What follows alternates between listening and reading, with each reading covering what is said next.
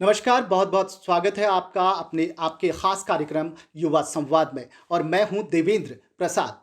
आज हमारे साथ एक ऐसी मेहमान मौजूद हैं, जिनकी आवाज़ की खनक के दीवाने ना केवल भारत के लोग हैं, बल्कि विदेशों में भी उनके चाहने वालों की कमी नहीं है। जी हाँ, मैं बात कर रहा हूं उत्तराखंड की बेटी और उत्तराखंड की शान प्रियंका नेगी की, जो आज हमारे साथ मौजूद है। प्रियंका नेगी जी, आपका बहुत-बहुत स्वागत है हमारे कार्यक्रम थैंक में। You so much. Priyanka Negi ji, मैं सवाल यहीं से करूँगा।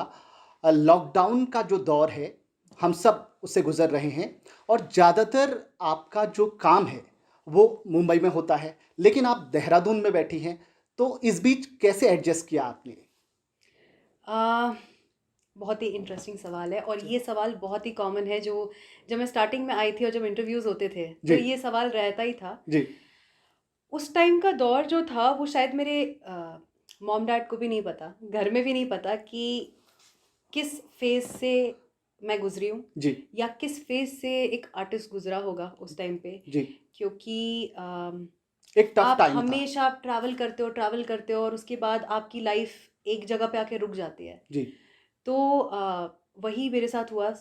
शायद स्टार्टिंग के 3-4 महीने बहुत डिफ़िकल्ट थे जी।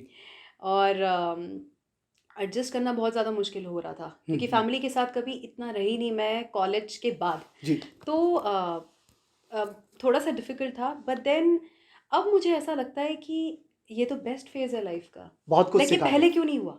बहुत कुछ सिखा गया। एग्ज़ैक्टली। अच्छा, मतलब तो बहुत कुछ सीखा आपने इस लॉकडाउन से। बहुत कुछ, बहुत लाइफ मेरे ख़्याल से 360 डिग्री एकदम टर्न हो गई मेरी। जी, जी, जी। Okay, okay. अ अभी एक कहावत ये भी है कि जो लोग मेहनती होते हैं, उनको कोई भी चीज़ नहीं रोक सकती। शायद आप पे ये कहावत सही बैठती है। मेरे ख़्याल से हर किसी पे ये कहावत सही बैठती है, जी, क्योंकि हर कोई बहुत ज़्यादा मेहनत कर रहा है जी, और अभी जिस दौर से हम लोग गुज़र रहे हैं, उस टाइम पे हर चीज़ की वैल्यू बहुत अच्छे से समझ में आ रही है हर किसी को। जी, जी, जी। अ, आपने हिंदी गानों की बात करें, तो मुझे बताने की ज़रूरत नहीं है। काफ़ी चाहने वाले हैं आपके और हिंदी गानों में आपकी एक अलग पहचान है, आपकी आवाज़ की भी एक अलग पहचान है। लेकिन आगे क्या? क्या कभी एक्टिंग के बारे में सोचा है? एक्टिंग में जाएँगी? एक्चुअली कल ही मुझे एक कॉल आया था। अ, एक मूवी, कुछ शॉर्ट मूवी वो लोग कर रहे हैं और यहाँ पे देहरादून आ रहे हैं जी, शायद जी, जी। शूट करने के लिए। कांग्रेचुलेशन। अभी तक मैंने नहीं अच्छा। कुछ कहा है, थैंक यू वेरी मच। अच्छा। बट फिलहाल तो मेरा फोकस सिर्फ सिंगिंग है। जी, बट जब मुझे लगेगा पूरी तरह 100% I am ready for acting as well, जी। Of course why not. आप हिंदी गाने तो गाती हैं, लेकिन मैं अपने दर्शकों को भी बताना चाहूँगा कि आप अपनी संस्कृति से भी जुड़ी हैं, अपनी भाषा से जुड़ी हैं, जो कि मुझे लगता है एक बहुत अच्छी बात है, क्योंकि आज युवा जो है वो जब आगे बढ़ता है तो पीछे अपनी जड़ों को भूलते जाता है। बिल्कुल। तो मेरा सवाल ये है, क्या बचपन से ही संस्कृति से लगाव था, भाषा से प्यार था या फिर अब जाके जागा कि नहीं, जब आप मुंबई में गए, नहीं, पीछे बहुत कुछ है, तो ये कैसे, इतना जुड़ाव कैसे? चाहे हम लाइक बचपन से ही मेरी मेरे भाई बहन की पढ़ाई हमेशा बाहर ही रही है जी, क्योंकि पापा ओएनजीसी में है। जी, तो हर 3-4 साल बाद ट्रांसफ़र होता रहता था, तो हमारी अलग अलग जगह से हम लोग साउथ से भी पढ़े हैं, नॉर्थ ईस्ट से भी पढ़े हैं, दिल्ली से हमारा मेरा कॉलेज हुआ है। जी। तो लेकिन क्या होता था जब भी छुट्टियां होती थी तो हम देहरादून ज़रूर आते थे। देहरादून तो से प्यार यहाँ है। की जो मिट्टी की खुशबू है अ, वो खींच के ले ही आती है यहाँ पे। ओके। सो हमेशा जुड़ाव रहा है यहाँ जुड़ाव से। रहा। आपने अभी कुछ समय पहले एक महासू देवता, जो कि आराध्य देव हैं, जी। और उनका एक भजन आपने गाया था और लोगों ने उसको बहुत प्यार दिया था। जी। मुझे लगता है कि बहुत सुंदर आवाज़ में आपने वो गीत या वो भजन गाया था। थैंक तो यू। क्या ऐसी क्या बात हुई कि जब आप हिंदी की ओर बढ़ रहे थे, हिंदी जो भाषी लोग थे वो आपको प्यार दे रहे थे, अचानक आपने भजन की ओर रुख किया, तो कुछ ख़ास कारण? ये एक्चुअली पहाड़ी एल्बम थी जी। हिमस्वर नाम की। हि जिस हिम्स हिम्स हिमस्वर। हिमस्वर। हाँ जी। जी, तो ये ऑडियो एल्बम हम लोगों ने बनाई थी जिसमें 4 लैंग्वेजेस में मैंने गाना गाया था। ओके। जौनसारी, गढ़वाली, हिमाचली एंड कुमाऊनी, ये तो 4 मतलब लैंग्वेजेस आपको थे। 4 लैंग्वेज आती हैं? आती नहीं है, लेकिन जब गाने की बात आती है तो फिर कुछ फिर भी मेरे ख्याल से एक सिंगर गा गा सकता सकता है है, जी। अगर प्रिपेयर किया जाए उसको। जी तो या उसी तरीके से रहा, और उसमें कुछ 7-8 गाने थे, जी। और उसमें से एक गाना जो है वो स्टार्ट ही जो एल्बम का था वो मासू देवता के भजन से था, जो मेरे पापा ने लिखा है। ये बताइए, आपकी आवाज़ अभी सही है या मतलब ठंड वंड तो नहीं है ना? थोड़ी-थोड़ी, बट मैं गा सकती हूँ। क्योंकि हम आपको बस 2 लाइन मैं चाहूँगा कि अगर वो भजन आप 2 बिल्कुल, लाइन सुना देंगी तो या जी। I would love to.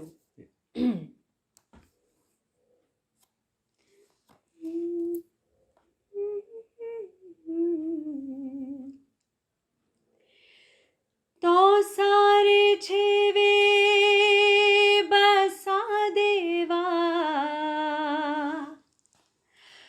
होनोडी तेरो थानो ताऊ देवा मासुराजा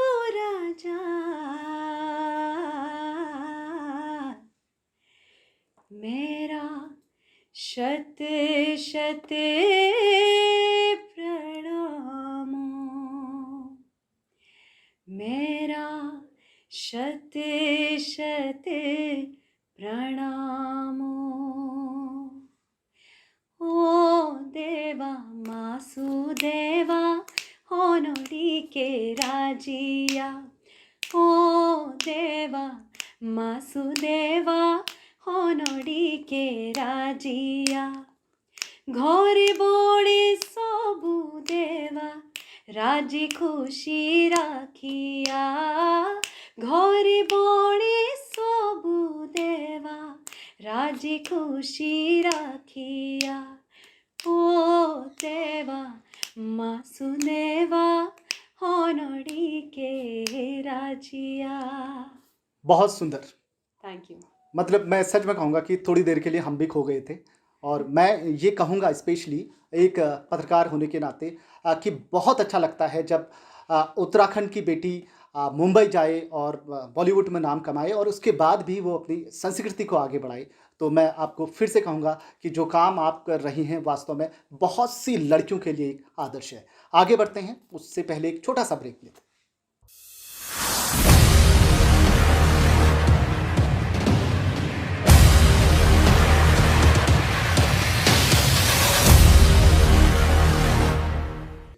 प्रियंका, एक बार फिर से आपका बहुत-बहुत स्वागत है। Thank you Devendra. प्रियंका, एक जो सवाल है, ख़ासकर पहाड़ की बहुत सी लड़कियां हैं। अगर हम उत्तराखंड की बात करें, चाहे वो हल्द्वानी शहर की बात करें, देहरादून शहर की बात करें या फिर जो बड़े-बड़े जो हमारे पहाड़ के शहर हैं, वहाँ से बहुत सी लड़कियां आज आपके जैसा बनना चाहती हैं, सिंगर बनना चाहती हैं, बॉलीवुड में नाम कमाना चाहती हैं।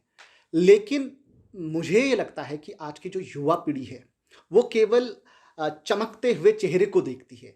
उसके पीछे जो एक कड़ी मेहनत है, वो शायद इस डिजिटल दुनिया में उनको एहसास नहीं होता। तो मैं आपसे क्या पूछना चाहता हूँ कि कितनी मेहनत है और कितना संघर्ष है? खैर, मुझे इस फील्ड में लगभग मतलब प्रिसाइसली अगर मैं कहूँ तो 8-9 साल हो गए हैं। जी।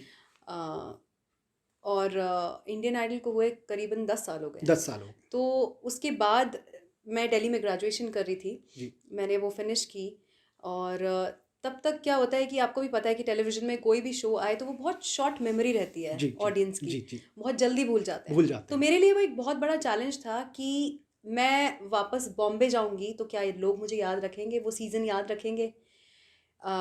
टॉप 10 में आई थी मैं। जी। और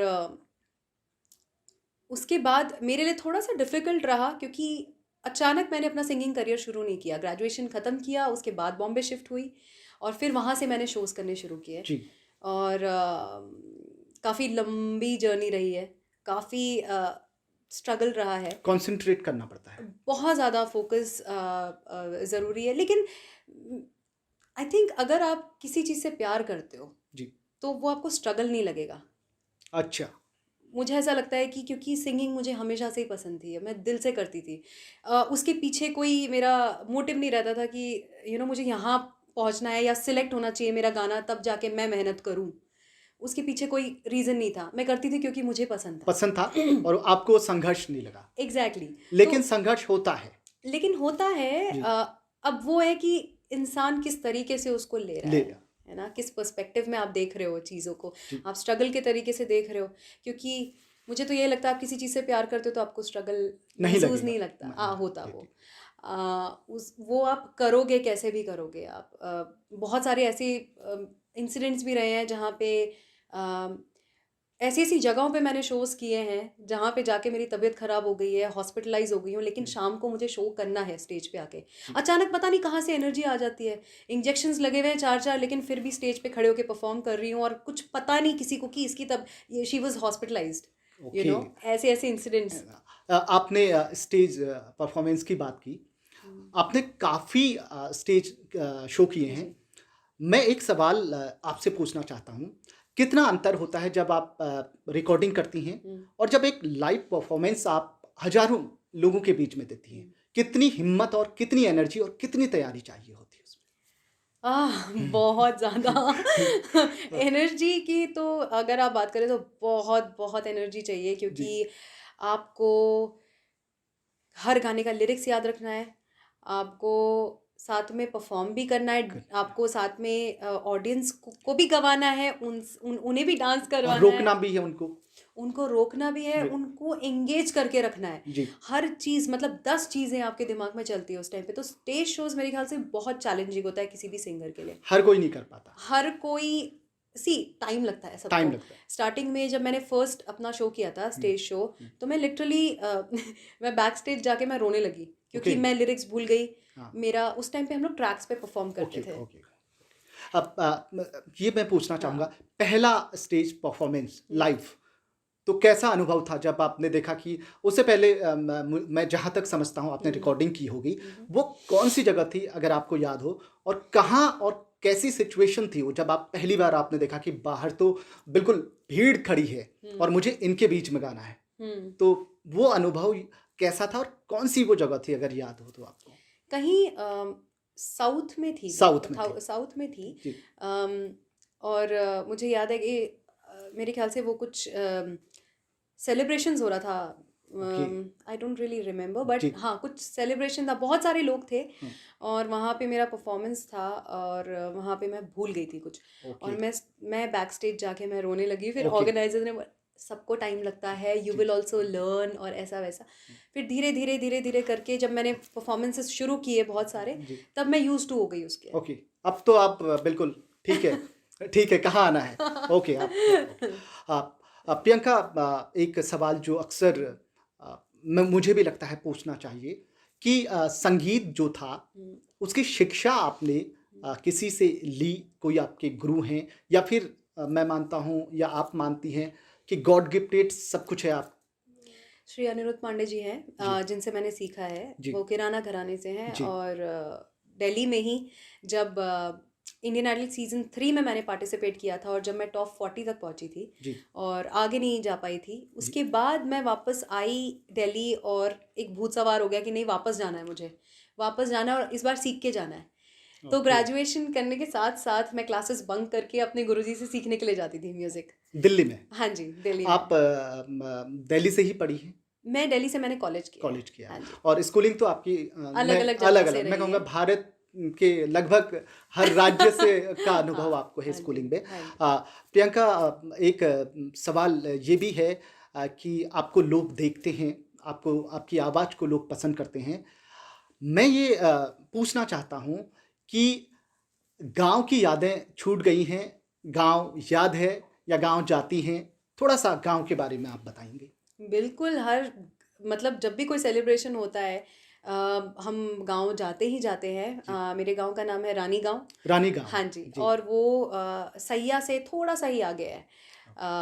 और चकराता के पास है। तो Chakrata is a very famous ये यस। प्लेस जो हाँ, जानते हैं हाँ, हाँ, ज़्यादातर लोग। हाँ। अम, तो गाँव हम जाते हैं हमेशा, जब भी सेलिब्रेशन होता है, शादी-ब्याह होता है, तो हम लोग गाँव जाते हैं और वहीं उन्हीं की तरह रहते हैं। गाँव वाले स्टाइल में शादियों में गाना डांस गाते करना हैं, ये सब। ओके। डांस करते हैं जो हमारा पहाड़ी अटायर में डांस होता है आंगन में, अच्छा पूरा एक ग्रुप बना के डांस करना, वो जी। सब करते हैं। प्रियंका, आपका इंटरव्यू हो और हम आपका कोई गाना ना सुने, शायद वो फिर हाँ, इस इंटरव्यू के लिए भी अच्छा नहीं होगा क्योंकि मुझे लगता है कि हम सबको लगता है कि अगर आप 2 लाइनें, क्योंकि आपने इतने ज़्यादा हिंदी गानों को अपनी आवाज़ दी है, कोई से भी अगर आप 2 लाइन सुनाएँगी तो हम सबको अच्छा लगेगा, ख़ासकर हमारे साथ मेरी पूरी टीम को अच्छा लगेगा। नहीं, जी, थैंक यू वेरी मच। सबसे पहले तो जी, गाने से पहले कि आप यहाँ पे आए, and you know it's such a pleasure. बहुत अच्छा लगता है जब हम अपने ही शहर में हैं, जी, और जिनका इतना सपोर्ट मिला है, मीडिया का स्पेशली मुझे बहुत सपोर्ट मिला शुरू जी, से ही। जी, तो आपको बहुत बहुत धन्यवाद आपका कि आप यहाँ पे हैं जी, आपकी पूरी टीम के साथ। जी, thank you very much for that. जी, और हिंदी सॉन्ग्स की बात करें तो मैं मेरा एक मूवी में गाना आया था जी, तितरी नाम का, तितली, तो मैं वो गाना चाहूँगी। बहुत ही मज़ेदार सॉन्ग है, जी, पेपी सॉन्ग ओके। है।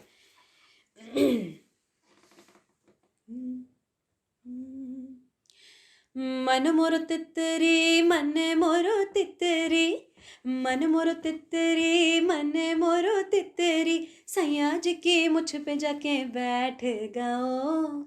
अरे मोरी दैया रे, अरे मोरी दैया, अरे मोरी दैया रे, अरे मोरी दैया, दैया रे दैया रे दैया रे, सैया की बंदूक पे जाके लेट गओ। मन मोरो तितरी, मन मोरो तितरी, सैया जी की, है सैया जी की, है सैया जी की, मुझ पे जाके बैठ गओ। बहुत सुंदर। Thank you. प्रियंका, एक सवाल मुझे भी लगता है कि और पूछना चाहिए, शादी के बारे में क्या ख़्याल है? शादी के बारे में जब होगी तब होगी। अच्छा I am not thinking about that. Okay, मैं बिल्कुल नहीं सोच रही उसके बारे में अभी। तो just I am enjoying the time जो यहाँ पे मुझे मिला है मेरी फैमिली के साथ, जी। वो एंजॉय कर रही हूँ बस। एंड या दैट्स इट। अच्छा, शादी तो मतलब अभी कोई प्लान नहीं है आपका?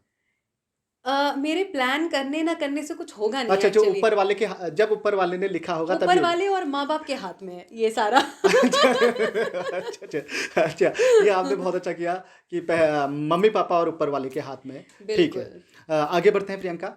अ, आज का मुझे लगता है कि आखिरी सवाल मैं आपसे पूछ रहा हूँ। क्या संदेश देना चाहेंगी संक्षेप में आप हमारी सारी जितनी भी हम कहें कि हमारी बेटियाँ हैं या हमारी बहनें हैं उत्तराखंड की, उन सब लोगों को क्या संदेश देना चाहेंगी? मैं ये कहना चाहूँगी उत्तराखंड की जो विमेन पावर है उनके लिए कि यहाँ पे वैसे ही इतनी मेहनती होती हैं जी, औरतें, चाहे अब घर में काम करने से आप लगा लो, वहाँ से लेके खेतों में काम करने तक, जी, इतना मतलब इतनी स्ट्रगल भरी ज़िंदगी होती है पहाड़ी लड़कियों की। तो वो चीज़ तो इनहेरेंट है, अंदर ही है, वो ब्लड में है, वो ब्लड मेहनत करना, वो सारी चीज़ें। बट जो आपका टैलेंट है उसको आप यूज़ करिए, और उसको एक प्लेटफॉर्म तक पहुंचाइए। आजकल ज़रूरी नहीं है कि आप, अगर सिंगिंग की बात करें कि एक आपको इंडियन आइडल जैसा बड़ा प्लेटफॉर्म चाहिए, आजकल चीज़ें बहुत चेंज हो चुकी है।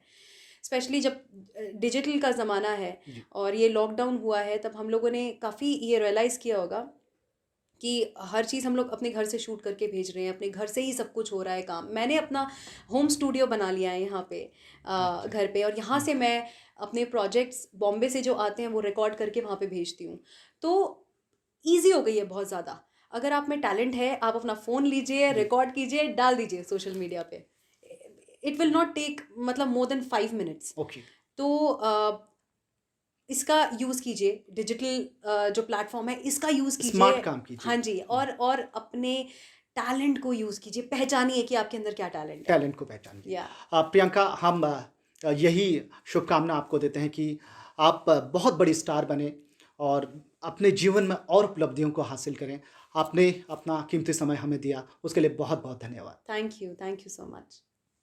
ये थी प्रियंका रेगी जिनसे हमने बात करी और हमने उनसे जाना कि कैसे जो पहाड़ की लड़कियां हैं वो कैसे आगे बढ़ सकती हैं। बहुत कुछ उन्होंने बताया अपने एक्सपीरियंस से और अपने काम से। उन्होंने दिखाया है कि अगर आपके अंदर सच्ची लगन हो तो कोई भी ताकत आपको रोक नहीं सकती।